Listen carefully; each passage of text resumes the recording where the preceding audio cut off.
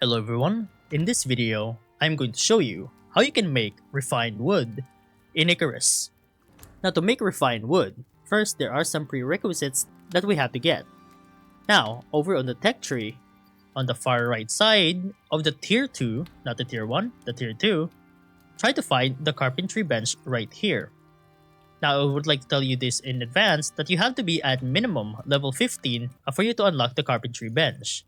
Now if I hover over to the carpentry bench, this basically allows you to turn wood into sticks and to turn wood into refined wood.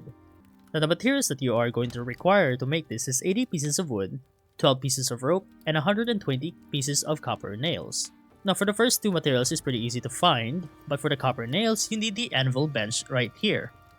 Once you hover over this, you can make 10 pieces of copper nails for only 1 piece of copper ingot. Over on the map, there should be a cave right around here on the L2 or over here on the L13 right around this mark that we have right now. There is going to be a cave there which has a lot of ores in abundance. Over on the crafting bench, I'm gonna make the carpentry bench. Let me just craft this, give it around 10 seconds, and now place it in my hotbar. And now interact with the carpentry bench, and then you can make refined wood right here.